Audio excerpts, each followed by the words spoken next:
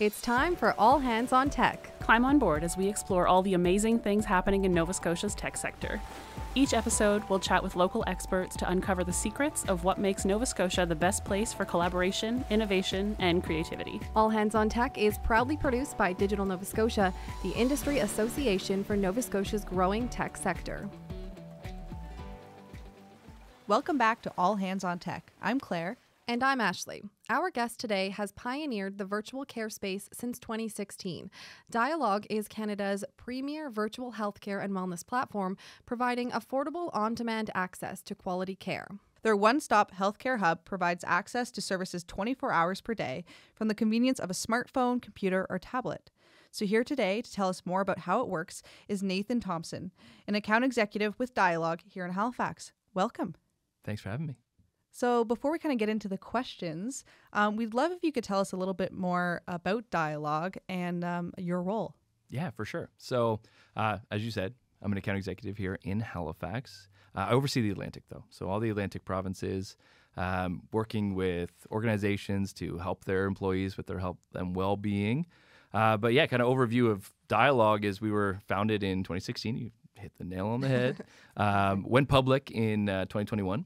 So Montreal-based, really kind of some cool stats in around, like we represent probably about 15% of Canadians. So 15% of Canadians have access to our platform. About 5 million, I guess, is that number. Wow. Yeah, so that's through, insurer partners like Sun Life and Canada Life. Mm-hmm. So they both have access to our platforms and kind of have their own little versions with us powering it on the back end. But really a good chunk of Canadians have one place to go for their physical health, their mental health.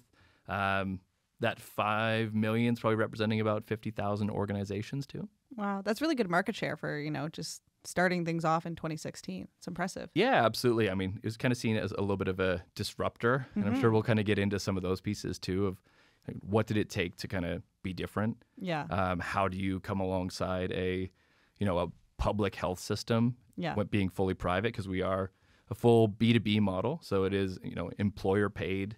There is, no piece of the pie for the actual employee or the end user to pay. Right. We're fully private. Nothing's being billed back to provincial governments, anything along those lines. We are employing doctors, employing nurse practitioners, psychotherapists, counselors, anybody that we would need under our roof to support Canadians, whether it comes to telemedicine, employee assistance programs, things like that. And when did you, because I know Dialogue is one of our more recent members, at least within the past year here at Digital Nova Scotia. So when did you kind of move out here to Atlantic Canada? Yeah, so I think the move for Dialogue to come into Atlantic Canada, I guess, is me, just because I'm the first person stationed in Atlantic Canada overseeing Atlantic Canada. Mm-hmm. We had members of our Quebec team working in the region, having some really good success.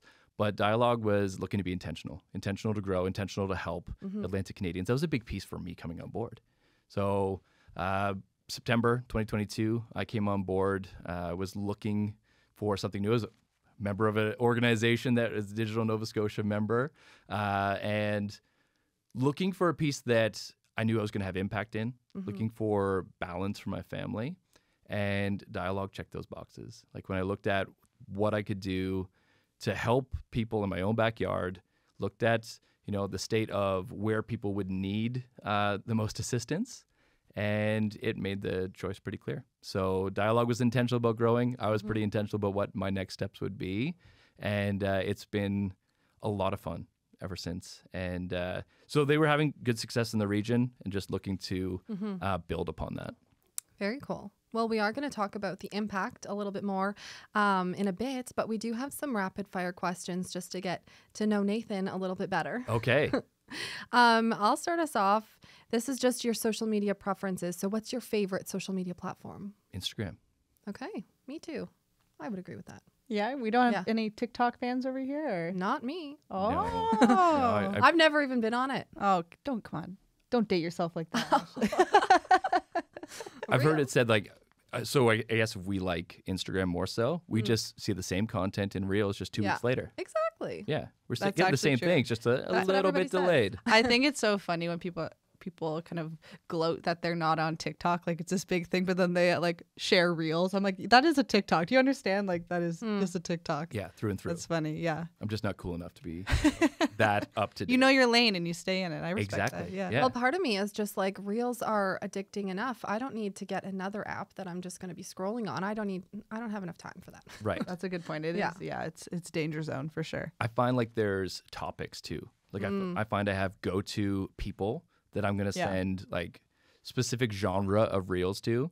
Like I know that so-and-so is my go-to for like whatever. I know that and my wife is going to get like a lot of the joke parenting reels. Right. Like that type of stuff. So yeah, it's easy. But again, we're that like 2 weeks behind, I think. Yeah. Isn't that like a relationship now is just sending reels back and forth to Oh, throughout I the day? think so. Yeah. You can build a whole Funny life around reels. that. Yeah. Friends you haven't like seen in a room in years, but Yeah. like You know wouldn't they miss love a day of like not sending a reel or a post back and forth. Oh, that's so fun. Awesome. All right. Kind of spinning off of that, do you prefer email, Slack, or phone call? I'm a phone call person. I love that. There's not a lot of those around No, anymore, there's not. All for a good email. All for Slack, but I'd just rather hop on the phone. Like even my friends, like I'm that terrible friend that calls people Forces that them to like speak. they have to answer. They're like, oh my gosh, you're my only friend that calls me. But yeah, I'd rather just chat with someone and you just get so much accomplished like right off the bat. I'm really into the voice notes. Oh, okay. I'm- I could get on board with that. It though. always looks like I'm like vlogging, but I'm just like sending these personal voice notes to my friends, and so I'm really maybe that's just a phase, but that is my new obsession right now. you I'd know? like to see the reaction of like friends that aren't used to it. Have you seen like the reel that the person's pretending like they're vlogging about like their morning routine and their friend is just completely shocked beside them? Just be like, that is not you. You are not that person. So I want to see the reactions of like the voice note vlogging type thing. Honestly, and you know what? It would be a good idea to survey the recipients of these voice notes, because sometimes I'll just keep talking, and no one else is, it's just me talking at them, and I'll look and it's like 12 minutes of me just like a dialogue. I'm like, they probably actually hate this, but If I I had a lot got to a say. 12-minute voice note from you, I would not listen. 12 See, minutes? well, this is why I should do a Commitment. survey. No, I don't want to do a survey. I'm happy. Oh, these are supposed to be rapid fire. These are not rapid. But anyways. That might be my fault. No. Okay, are you an early bird or a night owl? A little bit of both. So a little bit of a night owl. Definitely always was. Then had kids. And then you have no choice. So I've kind of discovered that you still can be a night owl and you can go out with friends. You can go to events that are late at night. You just pay for it. That's all. Like there's no recuperating. Right. Like when you don't have kids, the recuperating is you either sleep in, Right. you have a nap in the middle of the day, which sometimes you can do when you have kids, if they do. And it's just that you got to live with your decision to go out that night before and go with no sleep. You got to really want it. Yeah. Yeah. That's a life lesson. Pick and choose. Pick and choose. Okay. And what is your favorite part about working for Dialogue? Good question. There's a lot. The people are great. Yeah. I have an incredible team that I get to work with. I hate to call it a product, but that's called a platform. The platform is fantastic. Like we'll get into a little bit of that, I think, too, just about my personal experience with it. So that's a big piece. And I guess married with that would just be bringing that to other people, like allowing people into that world of like, oh my gosh, this has helped my family so much. What could it do for you and yours? And I hear stories all the time about, how it's helped people and, whether it's their kids or their spouse or themselves, that's just like, hey, I hopped on. I spoke with someone about my mental health and it really helped. I heard a testimonial today that from our team that, that someone wrote a review saying that, they were on the verge of committing suicide. And they spoke to one of our practitioners and they felt that they had hope and wanted to live again. Wow. Like I come That's from impact. Yeah. right? I come from a background in like copier sales and tech sales.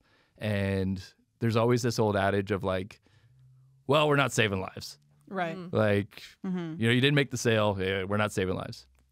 It's flipped on its head a little bit, which is fun, exciting, and meaningful. So it's like, yeah, there's the potential of saving someone's life. Yeah. That's incredible. That is incredible. Yeah, you must have a lot of that must feel good, at the end of a work day to know that the impact that it's having. And Yeah. we're gonna talk more about that. I'm excited to hear some more stories, and like you mentioned, how it's actually had an impact on your family, because I know you have a young family. So I'm excited to hear more about that. But let's start maybe at the beginning, because you did say the integrated health platform. So walk us through kind of what it is, how it works on the patient side, but then also on the healthcare professional side as well. Yeah, for sure. So I think that, one of the key pieces I mentioned about being a disruptor. I think that one of the mindsets there was that, and I guess the pandemic really highlighted a lot of this, that there was certain spaces within employee benefits that, were all over the place. So you might have, a section for employee care or an employee assistance program. You might have a wellness plan or something along those lines. But, it was fragmented. It was like, where do you go? And I think that human resources teams had a tough time of getting that education out there, really providing the best support that they could. I know that they absolutely would, but how much does that get across? I'll say this too. I've been part of companies that had access to dialogue through an insurer, and I had no idea. Right. Yeah. Right? So it's empowering those teams to know that they only have one spot to go. And I think that's the beauty of the integration. There's a demo that that I do that I'll go through a little bit of a scenario, and it's a physical health thing that then translates into a mental health thing. The example I use is insomnia. So somebody has insomnia. They go, they meet with a doctor. The doctor says, okay, you have insomnia for sure, but it's induced by stress. So I'm going to prescribe you something to help in the meantime. But you really need to be speaking to someone about your mental health. You really need to be working on your sleep hygiene. And through that, the next step is to book an appointment with a mental health practitioner. Traditional model, you're going, okay, well, what's my number for my mental health support? Where do I go find that? Okay, I got to reach out to my HR team, but I don't want them to know that, I need help on the mental health side. Where on our platform and everything's integrated, it actually takes you into, okay, this is your care plan. You just get off a virtual call with a doctor. They are then providing you next steps. Here's your prescription. Here's what it is. And you're going to take it in short term until, we bridge the gap. Then you're going to focus on these sleep habits. I'm going to provide you with some resources on good sleep habits. And I want you to speak to a mental health practitioner. That actually flips out that, okay, I'm going to exit my care plan that the doctor just laid out. And boom, you get a link to book an appointment same day. You're going to book an appointment with a mental health specialist.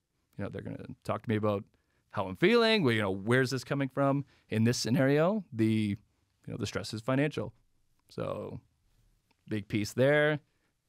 We have support for that.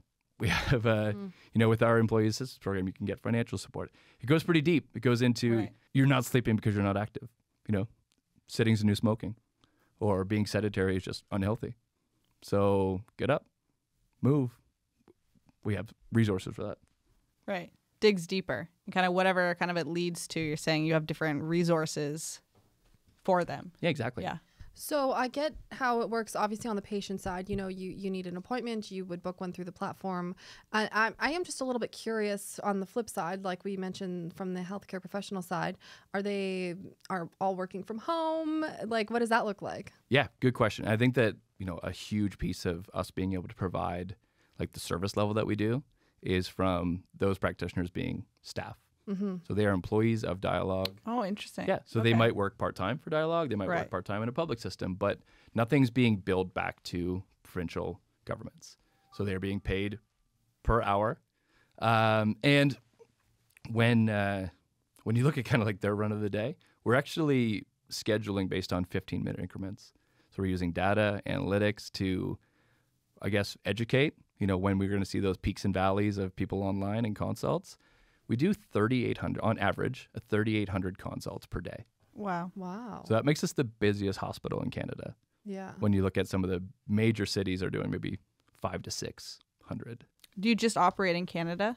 We do. Right. Yeah. So I guess it would change the game because everyone has, in the States, it's private healthcare. Like, it's probably a totally different scenario. licensing. Yeah. It's a big piece, right? Yeah. So Yeah, that's fair. yeah, we do only operate in Canada for this. We do have, a UK team. We do have, I guess, some international reach, but, for all intents and purposes with this, yeah, it'd be Canadian. Yeah. Yeah. Very interesting. That's cool. I didn't Yeah. realize that, the healthcare professionals were technically staff, Yeah. of Dialogue. That makes a lot more sense. Well, and it helps us just to, I guess, really focus on health outcomes. Mm-hmm. So some other models might look a little bit like Uber, where someone, you have a network of practitioners that can hop on when they're available. And not to say that, any of them do, but could pump through, consults, build them back, make some money that way. Again, not insinuating that they do, but that could happen.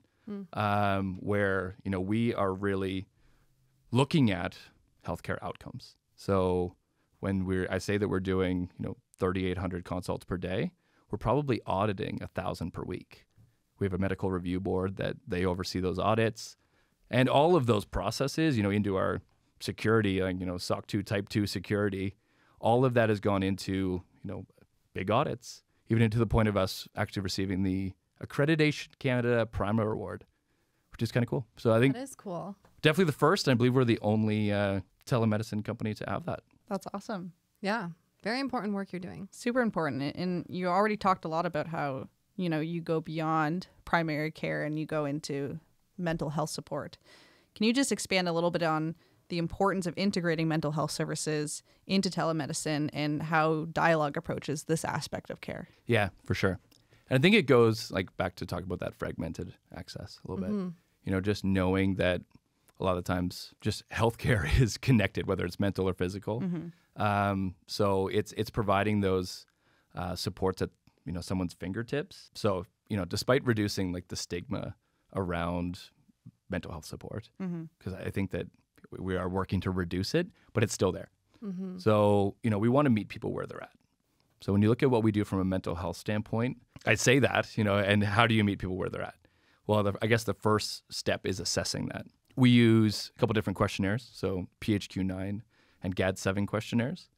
So we want to ask people questions to, I guess, assess their well-being score so that we can, one, base that on who they need to meet with in a stepped care situation. Are they going to meet with a mental health specialist? Are they going to meet with a counselor right away? Are they going to meet with, a therapist or a psychotherapist? And then how do we improve it? So, we typically see up to a 45% improvement in well-being score early on into just, a cycle of sessions, which is really cool. Yeah, that is cool. Do you have any stats around how many people come in looking for, primary care and then it turns out being linked to, mental health? Ooh. It's a good question. That's a really good I question. hit you with the stat question without, sending it to you in advance. So just wondering, Not right off. Yeah. Not right off of those that would be connected. We would have stats on reporting for, specific clients that, who is coming in and not the person themselves, but, Right. From an overall population or overall usage standpoint, who's using it for telemedicine, who's using it for ear, nose, throat, Right. who's using it for dermatology, not people, but again, just stats. Percentage of Yeah. the employees that are using it, what are they using it for? Cool. Same thing on the mental health side. Yeah. And there would be some overlap there for sure. Yeah. Yeah. Very cool. Well, I mean, it's no secret that there's obviously gaps, especially, well, I shouldn't even say especially because we all know there's a long list for a family doctor here in Nova Scotia, but, especially for some of those mental health supports. So just kind of filling some of those gaps is super important and obviously, is a game changer for a lot of people. You did talk about impact off the beginning. So maybe can you share some success stories or maybe some examples of how Dialogue has positively impacted some of your clients? Yeah, for sure. And like I said, I hear about it all the time, which is one of my favorite parts about the job. Just, I've heard it on the mental health side of things. I've heard it on the wellness and activity side of things. And then physical health.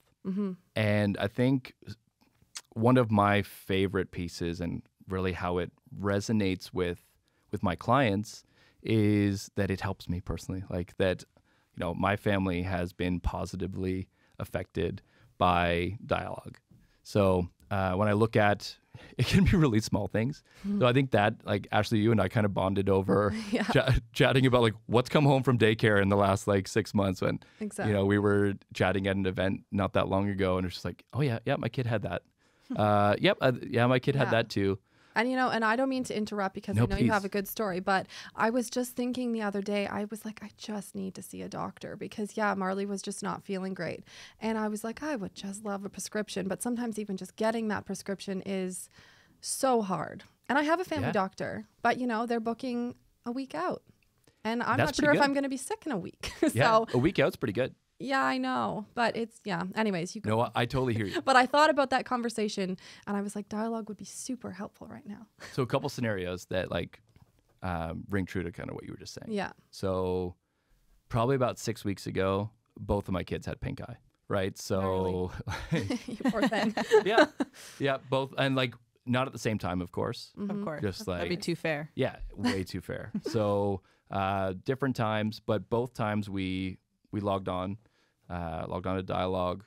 We're on with a nurse practitioner within half an hour. No, it's not always that quick. Sometimes it's quicker. But we've roughly been in around like 20 minutes, half hour. I think the longest we've waited is like 45 minutes. But we're on with a nurse practitioner. In the intake, they're asking for pictures of the eye, things like that. We had an ointment within like an hour and a half. Wow. Drive down to our local pharmacy and pick it up, and it's in my kid's eye. 24 hours from there, they're not contagious anymore. That means they're back to daycare. That means I don't have to miss work. My wife doesn't have to miss work. She's a teacher. Like she's got enough on her plate right now, and it's huge. Like that is an impact like on my family. Like it's a stress limiter, for sure. And then not that long ago, it's been a bit of a journey, but we started one morning with my oldest son. He's just over 3.5, and he started complaining one morning just about not feeling good. So there was like some tummy things going on. I will spare you some details. And but there were a couple of reasons why we thought to consult. So we hopped on just a little after 7 in the morning before daycare. He's there for it, of course, and just kind of talking away. Yeah, my belly hurts, and the nurse practitioner gave us some things to look out for. She's like, can see he's uncomfortable. Here's some things to look out for. If they don't get better, then we'll follow up. They follow up within 2 days, right? Things hadn't got better. So we go on to that next step of doing some blood work. And so, through that journey, it does, marry into the public system for sure. But going through that journey and starting from a Dialogue consult, we actually discovered that he has celiac. And has been diagnosed with celiac. Wow. So it's been a major transition for my family over the last month. Like throwing out toasters, cleaning out every cupboard in the house. Food change, of course, and me, grabbing business lunches and eating gluten. But, that all started with a Dialogue consult. And it just started that journey to the point of where that's a major family life shift and a big impact. That's a big deal. Sometimes doctors wouldn't necessarily jump to that level of testing right away, because there's so many other things. So the fact that you were able to like get blood work and get that big of an answer so quickly is massive. Yeah, for sure. And like it, in a run of a story, it makes it seem like a really quick turnaround. It's not always that quick. Like you got to get them in, and there certainly was a journey along with it. But the start and end is a really positive outcome for us. Like it's no fun that we have to make these changes, but he's a champ with it. And, we were walking through Costco the other day, and we're walking through we see the cotton candy grapes. I don't know if you've had those. Oh, they're so good. But they're delicious. And so we're walking by those, and he sees them. He's like, Dad, grapes. And then I see his little brain work, and he looks at me and goes, do they have gluten? I'm just like, no, buddy, you're good. But everything is like, do they have gluten now? But it's, we found a ton of stuff that he does love and he does like. So that's good. But yeah, through like that whole journey, it was just one, like we could find resources. And two, just to, I guess be starting that process. And then we're very, very fortunate to have places like the IWK too. Yeah. So, and I mean, and not to lose sight of the original, I think the big benefit of Dialogue too, especially if we're talking young families, is like you didn't have to pack up your child who wasn't feeling well and get him in the car and drive across town to get to the doctor. Like, you could do it all from the comfort of your home, which is really a game changer, For real. Yeah. Yeah, that is a experience in itself. Yeah. But the one time that of course, we were going to take him in for like that initial testing in the IWK. It wasn't even a testing; it was like a consult with a GI specialist. Like after all of this, I was in Montreal. My wife was taking our oldest, and so she's doing it alone. Had to get him up in the morning, all like dressed, ready to go, herself dressed, ready to go, into the IWK during rush hour. She's rushing around. I don't know what the driving experience was like in the IWK And parkade. So Yeah. she's in the parkade, Yeah. probably, zooming around a little bit, running late because of because of traffic. And he throws up all over himself. Oh, All over himself, and no change of clothes. Like, he's kind of past that point where we bring changes of clothes Right. everywhere. So we thought, and that was the rest of her day. No, but really, and then you have to pay for parking, and then things happen, but they get behind, and then you are waiting Yeah. for your appointment that's supposed to be at a certain time. Like, there's just a lot that plays into it. So for a lot of people, it's great that this is an option. Yeah, for sure. Yeah. And like I said, I do actually count it like a joy that I'm Yeah. able to come alongside organizations and help their employees. And then, there's, I guess, that little bit of selfish side that I love to hear those stories coming back of like, this Yeah. is how it helped. Yeah. That's what I was looking for, like from an impact standpoint. purpose. Yeah. Yeah, purpose. Great word. Yeah. That's awesome. So obviously there's a ton of benefits. We can tell that you're a big fan of dialogue, both Yeah. as from an employee side, but also a user. What about limitations? Or do you find there's any limitations, or maybe some feedback from clients or healthcare professionals that things you're working towards? Yeah, sure. I think that, it's an education piece too, of understanding that, sure, we are here to help, but what can we help with? Like, what are those pieces? So we like to think that, we can handle about 70% of non-urgent issues, but there's always going to be that kind of 30% that you do need to see someone for.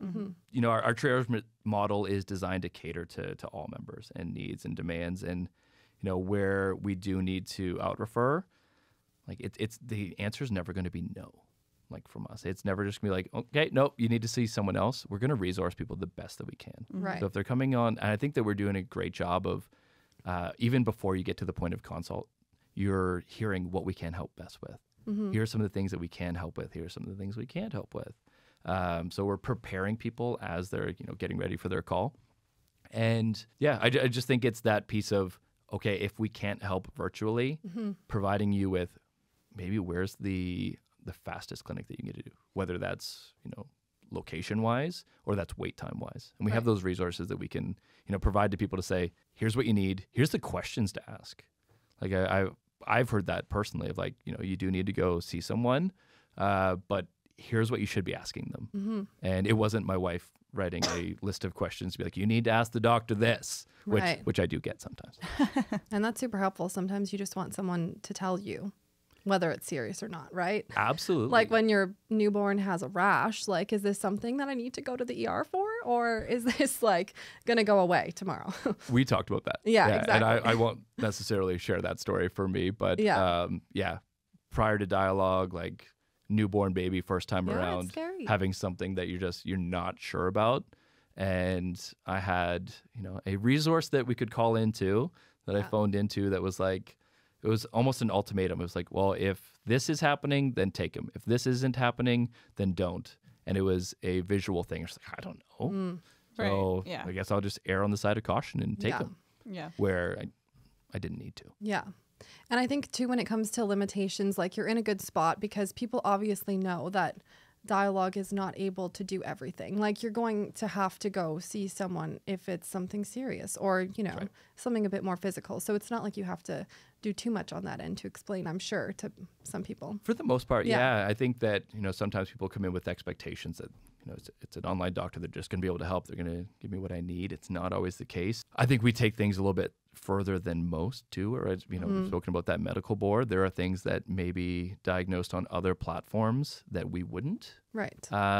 Like an ear infection sometimes in a child that there's a chance that without seeing that child that could be mononucleosis, and that is very serious. Right. So that's probably not something that we're going to prescribe for or diagnose. And I think that there's a lot of parents out there like, I've seen an ear infection. I know an ear infection. So that could be a frustration too. I get that. Right. But I think maybe that's an expectation I think people have of doctors and nurses in general. Sometimes they come and they're like, fix me, and they're mad when they can't just fix you immediately. So I think kind of that, if you have some of that experience at Dialogue, I feel like that's probably felt across the whole healthcare system if people just want like a quick fix, an immediate fix. Yeah, good point. Yeah. Very true. So as technology continues to evolve, what future developments or enhancements do you foresee for Dialogue? Yeah, a good question. I mean, we're always looking at, how we can improve. What's that next piece? Expanding, I guess, like the base of our continuing care, because that's something that we take very seriously. But, just new features to reinforce, our integrated platform and kind of how that helps with a healthcare journey. But part of that might even be into like wearables. So like devices, different connectivities.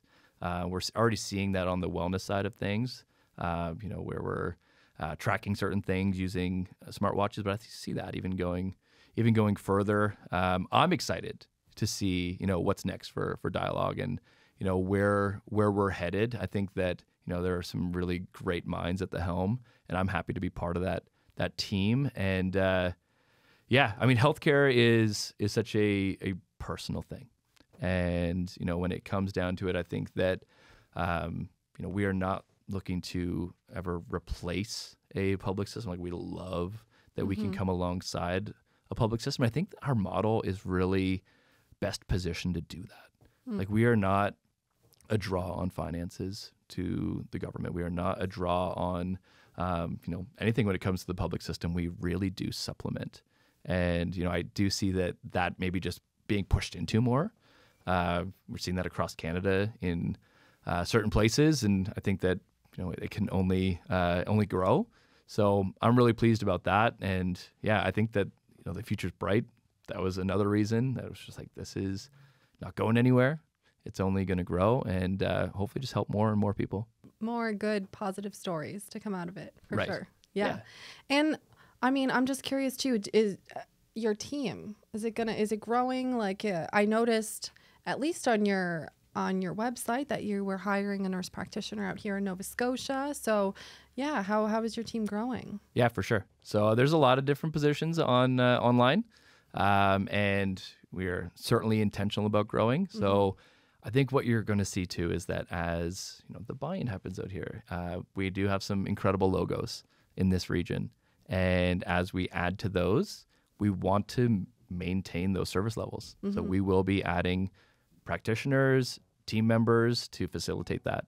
When we look at, across Canada, some of the hiring that we're doing, whether that's on, the account executive side of things, or if it's into, operations, we're a growing company, which is, it's fun. It's a fun company to work for. And I guess the phrase that I've used with people when I've been describing it is that Dialogue is the type of company that puts their money where their mouth is.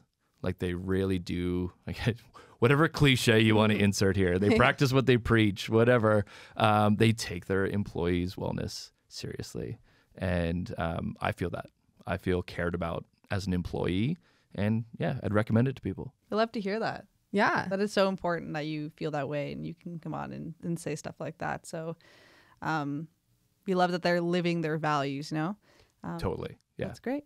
So I think that's the end of our questions here. Yes. I think at this point, we'll just kind of open the floor to you to finish things off with anything you want to add or, exciting things coming up that you want to pitch. So it's over to you. Yeah, cool. Just thankful for the opportunity to come in and chat. And I'm here to help. Like, if organizations are looking for someone to come alongside them to help with health outcomes, when it comes to absentee issues, when it comes to, just providing that support, there's a really cool stat that we have from some of our satisfaction scores. And it's not just that we have over a 90% satisfaction score. It's that 90% of employees feel like their organization cares about them by providing a platform like this. And that's huge. Yeah, that's a really cool stat to be able to pull out of your back pocket. Totally. And I just want to help with that. I think that's the biggest piece for me. And I think that that's been the recognition of Dialogue as a whole, and even leadership, is to look at the East Coast and to say, wow, like if you can come in and you can offer something out of a genuine and authentic like spot of coming alongside people and genuinely wanting to help with their health, then it's a kind of a cool partnership to go into. Like someone who's trying to improve it, someone that is trying to provide resources for their employees. I'm just here to help with that. So, however somebody may want to get in contact with me, just even through our site, LinkedIn, Instagram, I'll send them a reel 2 weeks later. But anything else, I'll get back to pretty quick. That's a good incentive. Yeah. Yeah. Well, perfect. I mean, it's a big job. It's an important job. So thank you for all the work that you do. And thank you once again for coming on the podcast. It's been a really great discussion. Yeah, we love this. Thank you both. Thank you. Thanks for tuning in to All Hands on Tech. Interested in learning more? Visit us on our website at www.digitalnovascotia.com. We'll see you next time. This has been a Podstarter production.